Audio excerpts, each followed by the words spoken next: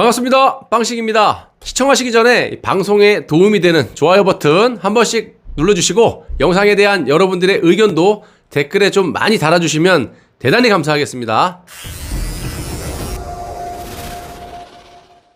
여러분, 홍준표 의원이 보수야권 대선 후보 이 적합도 조사에서 윤석열을 바짝 쫓고 근래 들어서 지지율이 급등을 하고 있다는 건데, 홍준표 의원을 지지하시는 분들에게는 상당히 희망적이고 또 좋은 소식이라고 할 수가 있을 것이고, 또 반대로 윤석열을 지지하는 그런 입장에서는 상당히 불안하고 이것도 말도 안 되는 헛소리다 이렇게 또 말씀들을 하실 겁니다. 뭐 등등등 여기저기서 각자 개인의 목소리들이 나오실 텐데, 저는 냉정하고 객관적인 사실에 입각해서 분석을 해보도록 하겠습니다. 자, 우선 가장 중요한 건 로데이터, 설문조사를 어떤 방식으로 하느냐에 따라서 그 지지율 폭이 현저히 차이가 난다는 겁니다. 두 가지로 볼 수가 있는데요. 한 가지는 보수 후보에 대해서 지지율 조사를 할 때는 원칙적으로 보면 보수 후보는 보수 성향의 지지자들을 대상으로 조사를 해야 된다. 또 좌익 후보는 좌익들, 이런 사람들이 그 사람들을 평가를 해야 되는데, 이놈의 거는요 지들 마음대로입니다. 자, 요즘 여론조사 방식을 보시면요, 보수 후보를 두고 좌익들을 포함시켜서 설문조사를 합니다. 그렇게 되면 어떤 결과가 나오겠어요? 그냥 상식적으로 보시더라도 보수의 관점이 아닌 좌익들이 좋아할 만한 후보를 지지하겠죠. 자, 지금 여론조사가 그런 식으로 진행이 되고 있다는 겁니다. 이건 제가 지어서 하는 게 아니라 그렇게 나와 있어요, 데이터가. 과거에 유승민이 대선 지지율 1위가 나왔을 때 정말 황당했죠. 당시 유승민은 박근혜 대통령 등 뒤에 비수를 딱 꼽았기 때문에 좌익들 입장에서는 박근혜 대통령 굉장히 싫어하잖아요. 그러니까 당연히 유승민에게 몰빵을 할 수밖에 없었던 것이고, 그로 인해서 TK 지역에서까지도 1위를 차지했던 때가 2016년, 2017년 이때입니다. 그리고 최근에는 유승민의 꼬봉, 아바타라고 불리는 이준석이 국민의힘당의 당대표가 될 때 지지율 조사도 이런 식으로 한 거예요. 좌익을 포함시켰다는 겁니다. 몰빵이죠. 이건 있을 수가 없는 일이 벌어진 것이고, 절대로 이런 식으로 지지율 조사를 해서는 안 되는 겁니다. 좌익 후보는 좌익이, 보수 후보는 보수가 이렇게 지지율 조사를 해서 평가를 해야 되는데, 만약에 우리가 반대로 좌익 후보인데 우리가 한다 그러면 어떻게 하겠어요? 상상을 한번 해보시라고요. 그런 조사를 하고 있어요, 지금요. 자, 오늘 한국사회여론연구소 이 KSOI, 여기 친문 좌익이죠. 또 이번에도 TBS 의뢰로 지난 27일, 28일 전국 만 18세 이상 남녀 1015명을 대상으로 실시한 이 차기 대선 후보 적합도 조사에서 이재명이 29.1%로 1위, 윤석열이 27.4%로 2위. 지난주에 비해서 이재명은 2.3%가 올랐고요. 윤석열은 2.4% 하락한 그런 수치입니다. 여러 번 강조해드리지만 이재명은 솔직히 볼 것도 없이 대선까지도 못 갈 사람이라고 제가 밝혔잖아요. 그리고 윤석열의 하락 원인은 아시다시피 윤석열을 지지하는 지지층의 대다수가, 거의 다예요, 그냥 보수층에서 지지를 하고 있고 중도 확장성이 없기 때문입니다. 거기에다가 윤석열의 잘못된 점들, 말하자면 뭐 끝도 없죠. 제가 엄청나게 방송을 해대고 있으니까 여기저기서 드러나고 있고, 그로 인해서 정상적인 보수 국민들이 정신을 바짝 차리고 이제 이자는 이런 점이 있었구나, 맞다, 이자는 이자였지, 이런 식으로 이탈을 하고 있기 때문이라고 봅니다. 또 흥미로운 조사는 중도 좌를 상대로 결과를 보시면 홍준표 의원이 28.6%로 1위, 2위가 윤석열이 아니고 유승민이 16.4%로 2위, 윤석열은 고작 5.1%밖에 나오지 않는다라는 거예요. 이것만 보시더라도 중도 확장, 말 같은 소리를 해야죠. 차라리 윤석열의 유승민이 낫다라는 거예요. 물론 중도 좌익들이 한 거기 때문에 당연히 이런 결과가 나오는 거고요. 보수 지지층으로 하게 되면 윤석열도 엄청나게 올라가게 되는 거예요. 자, 반대급부로 윤석열이나 최재형 후보의 본질이 이제 드러나고 여러분들이 깨닫고 계셔서 이탈하는 보수 진영의 지지율이 홍준표에게 쏠리고 있고, 여기에 더해서 좌익들까지 지지율 조사에 포함을 시키다 보니까 홍준표나 유승민이 윤석열보다 훨씬 높은 지지율을 달성하고 있다, 이렇게 평가합니다. 실제로 그래프를 보시더라도 윤석열이 중도 확장이 없다라는 것을 증명하는 것이, 중도 좌익을 조사를 하게 되면 윤석열이 25.9, 홍준표 21.7, 오차 범위 내로 결과가 이렇게 나오고 있어요. 차이가 안 나. 좀 있으면 이제 한 1, 2주만 지나면 뒤집어 엎어질 것 같아요. 그래서 좌익들의 역선택이니 이런 말도 나오곤 있는데 꼭 그렇지만도 않은 것이, 좀 전에도 제가 말씀드렸지만 윤석열과 최재형은 보수 측만 빨아들이는 보수 할키로서 보수 진영의 지지만 많지 중도 확장성이 전혀 없더라는 점에서 이런 결과가 나오는 겁니다. 한번 보세요. 좌익을 빼고 순수하게 보수 진영 지지층으로 조사를 하게 되면 윤석열 후보가 무려 55.5%로 압도적인 1위고요. 홍준표가 12.6%밖에 나오지 않는다라는 겁니다. 그 밑에 사람들은 뭐 말할 것도 없죠. 한마디로 윤석열은 중도 확장이 없고 온리 보수 할키로서 보수 국민들을 속이면서 보수의 피만 빨아먹고 있다라는 말씀입니다. 자, 보수 진영의 이탈자가 나오면서 그분들이 홍준표 쪽으로 몰리는 현상이 나타나고 있는 거고, 항상 제가 말씀드리지만 제가 윤석열이 대통령이 돼달라고 고사를 지내도 그럴 일은 없겠지만 안 되는 건 안 되는 거라고. 윤석열은 절대적으로 탄핵의 주범인데다가 장모건에 또 플러스로 아내건까지 막 의혹들이 터지다 보니까 이탈자들이 점점 늘어나고 있는 거예요. 그러면 이게 빠지게 되면 중도 확장 없잖아요. 그러면 보수 이탈자가 빠지면은 이게 유지가 되느냐?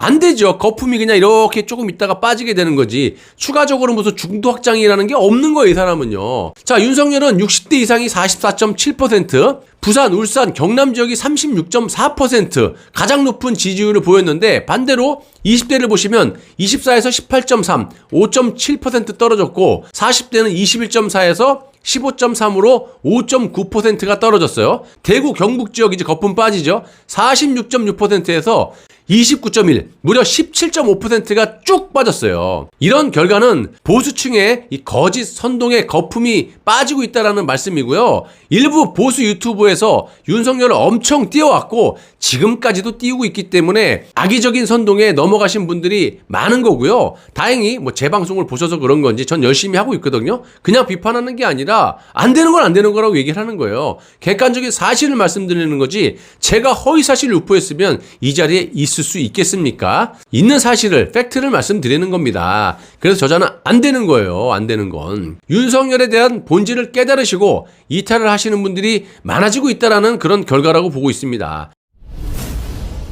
이건 두말할 필요도 없는 거죠. 제가 지어서 말을 꾸며댄 것도 아니고 멀쩡한 나라를 이렇게 만든 장본인 아닙니까? 절대로 부인할 수 없는 일을 벌인 사람이 윤석열이기 때문입니다. 헌법 가치를 논하고는 있지만 실제로 윤석열은 좌익들과 문재인 세력에 들러붙어가지고 헌법을 무너뜨리고 좌익들에게 정권을 넘겨준 장본인이라고 볼 수가 있고요. 박근혜 대통령을 조작 날조 수사로 헌법이 보장된 대통령의 임기를 무시해버리고 592억 원이라는 엄청난 뇌물을 받은 것처럼 죄를 조작 날조로 뒤집어 씌워가지고 결국 대통령을 탄핵을 시키고 그 공으로 서울중앙지검장이 된 이후에 별건 수사로 박근혜 대통령을 또 재수감을 시킨 불법으로 이 장본인이 또 그 이후에 이명박 박근혜 정부의 보수 인사들 수백 명을 문재인의 적폐 청산이라는 명분으로 모조리 다 싹 다 감옥으로 보낸 그 수장이 윤석열 아닙니까? 또 그 대가로 검찰총장이 된 후에 그 힘으로 그 권력으로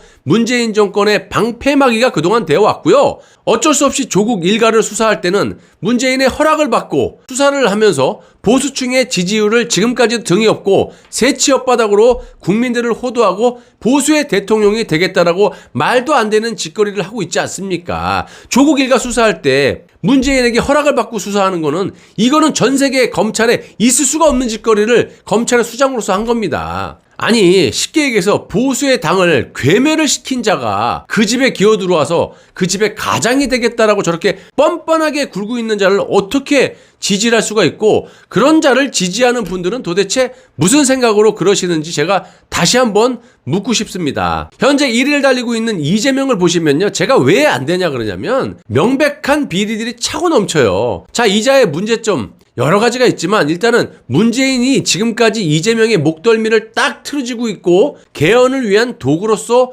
활용할 뿐 절대 이자를 대권 후보로 대선까지 끌고 가지 않는다라는 말씀을 먼저 드립니다. 솔직히 이재명이 형수에게 입에 담지 못할 정도의 욕을 한 것은 저도 많이 들어봤지만 정말 이거는 일반 사람도 이렇게 저작거리에서도 이런 욕은 안 해요. 그래서 이런 거는 도덕적인 문제고, 물론 대통령이 되겠다라는 사람의 도덕성이 저딴 식이라면 곤란하죠. 하지만 그것을 빼더라도 성남 FC 뇌물 의혹은요, 너무 명백하지 않습니까? 박근혜 대통령의 미르재단, K스포츠재단은 설립 목적이라든지 만들어지는지도 박근혜 대통령은 몰랐던 것이고, 그게 지금 명백히 또 밝혀져 있지 않습니까? 그래, 이거 하고도 게임이 안 된다라는 거예요, 이재명은. 이뿐입니까? 또 오늘 기사를 보시면 그간 수년 전부터 소송을 또 이재명이 많이 했잖아요. 막 여기저기 고소하고, 저런 자가 대통령이 되면은 문재인보다 더하다는 소리가 이런데예요.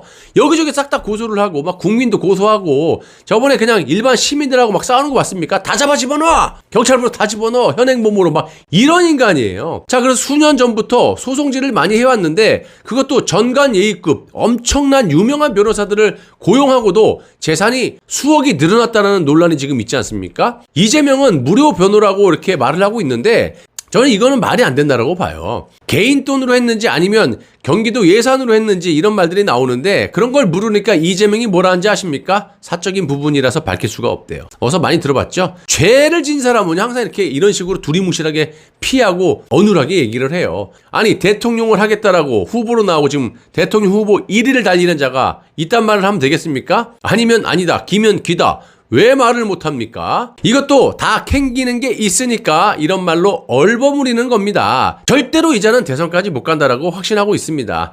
저는 이게 개인적으로 이재명이 지금 이 발언은 최재형하고 똑같다라고 보는 것이, 이 최재형 같은 경우는 입양으로 엄청나게 자신을 띄우면서 이 양아들 두 분은 이름부터 무슨 탈북학교 보내고 노조위원장 만드는 그런 양성학교 보내고, 하여튼 뭐 육아일기부터 두 아들의 프라이버시를 완전히 그냥 싹 다 공개를 해놓고, 자신의 친 두 따님에 대해서는 판사 시절에 2번이나 불법으로 위장 전입을 해놓고 헌법 가치를 누네, 이자도. 그래놓고 친딸에 대해서는 가족의 프라이버시라고 아무런 답변도 못하고 있어요. 자, 최재형의 논리라면 입양한 두 아들은 가족이 아니라는 얘기죠. 그리고 문재인과 이재명은 절대로 같이 갈 수가 없는 사이라고 제가 작년부터 말씀을 드린 바가 있고요. 이제 한번 보세요. 이재명은 어느 순간 스물스물 사라질 겁니다. 자, 솔직히 말씀드리면 문재인과 집권 여당, 그리고 현재 제1야당은요, 대선에 전혀 관심이 없어요.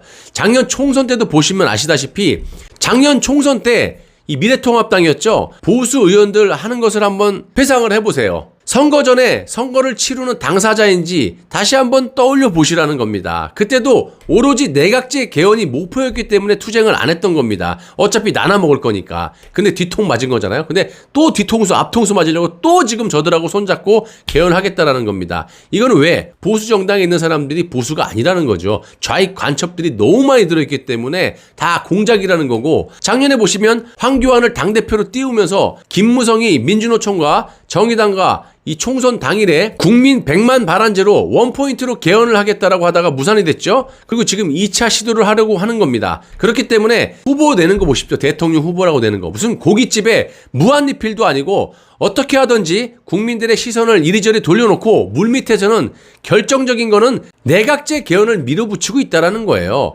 의원 내각제를 통해서 대통령은 허수아비니까 그때 가서 아무나 입맛에 맞는 사람 띄워가지고 그냥 세워놓으면 되는 거고요. 자기들은 이 나라를 영구적으로 선거도 없이 해먹겠다라는 큰 꿈을 꾸고 있는 겁니다. 그리고 내년 대선에서 보수에서 승리를 하려면 절대로 지금과 같은 상황으로는, 또 지금과 같은 방법으로 안 된다라는 거예요. 저쪽은 어마어마한 권력과 포퓰리즘으로 나올 것이 분명하고, 이번 대선에서 온갖 공작과 그리고 또 권력, 힘, 그리고 돈을 가지고 이 프로파간다를 할 수 있는 모든 조직망까지 갖추고 있기 때문에 이것들을 보수에서 어떻게 막을 수가 있겠습니까? 강력하게 투쟁을 해도 될까 말까 한 판에 하는 짓을 보세요. 오로지 저들의 목적은 개헌이에요. 객관적으로 절대로 불가능합니다. 자, 그런데 그런 상황에서 대안이 윤석열이요? 아, 정말 제가 할 말이 없습니다. 자, 우리보다 윤석열에 대해서 더한 정보를 저쪽에서 탁 틀어지고 있기 때문에 완전 대선 코앞에서 낙마를 시킬 것이 분명하고, 방법은 단 하나예요. LH 사태처럼 여론을 획 돌려가지고 좌익들이 그간 있을 수 없는 패악을 전 국민에게 알려야 된다는 겁니다. 탄핵이 가장 크죠. 헌법을 무너뜨리고 법치를 무너뜨리면서 정권을 빼들어갔고, 그로 인해서 국가의 모든 시스템이 무너졌고, 국민들의 삶은 북한의 인민으로 전락이 돼버렸고, 또한 코로나 방역 사기로 인해서 독일의 나치 정부의 파시즘, 전체주의 국가로 자영업자들의 영어권을 박탈하고 전 국민을 통제, 그리고 집회의 자유, 종교의 자유를 없애고 지금 급기야는 막 교회까지 폐쇄를 시켜버리지 않습니까? 국민의 기본권마저 심각하게 침해라는 것들을 꼭 전 국민에게 밝혀야지만 정권 교체가 이뤄진다고 봅니다. 그런데 무슨 윤석열을 찬양하고 보수의 대통령이 돼야만 이 나라가 산다, 윤석열이 박근혜 대통령을 구명해준다, 뭐 서로 사이좋게 이 나라를 강국으로 만든다, 정말 웃기는 소리는 제발 저기 문재인과 함께 달나라가서 하심이 좋을 듯해요. 말이 되는 소리를 해야 들어주기라도 하죠. 그리고 개헌을 꼭 막아야 하는 것이, 우리가 지금 뭐 대통령이고 국회의원들을 선출한 인간인데도 저렇게 말을 들어먹지 않고 지들 마음대로 하는데, 내각제가 돼버리면요, 기껏 해봐야 힘도 없는 허수아비 대통령 뽑는 선거권 말고는 우리 국민들이 할 수 있는 권한이 없어요. 이제는 다 사라지게 되는 거예요. 그래서 제가 대통령 후보가 중요한 게 아니라 내각제를 먼저 막아야 된다. 일을 먼저 하고 그다음에 이가 돼야 된다. 자, 그러기 위해서는 좌익들이 지금까지 저질러온 폐악들을 박근혜 대통령 석방과 함께 보수의 세력을 모아서 전 국민에게 탄핵의 진실을 밝혀야 된다라고 말씀을 드리는 것이고, 내각제를 막고 탄핵의 진실을 알리게 되면 자연스럽게 정권 교체를 이룰 수가 있는 겁니다. 그때 가서 보수의 대통령을 할 만한 사람을 여러분들이 선택을 해도 늦지 않다라는 겁니다. 지금 상황에서는 그 어떤 사람이 대통령이 된들 내각제에서는요, 대통령의 권한이 없기 때문에 아무런 힘을 쓸 수가 없고, 당연히 정권 교체나 여러분들이 바라는 문재인을 감옥에 보낼 수 없다라는 점을 명심해 주시기 바랍니다. 제가 시간이 남아들어서 이런 방송을 하는 거 아닙니다. 무엇이 선인지, 무엇이 후인지를 알려드리고자 방송을 하는 거니까 이 점을 유념해 주시기 바라고요. 저는 여러분들을 끝까지 믿습니다. 빨리빨리 좀 들어오세요. 자, 나라의 주인은 여러분들입니다. 이 나라는 우리 손으로 지켜야 되고, 나라가 없는데 살아서 뭐합니까? 라는 각오로 거짓 없는 진실된 방송만 제작해서 여러분들께 제공하도록 하겠습니다. 끝까지 시청해 주셔서 대단히 감사합니다.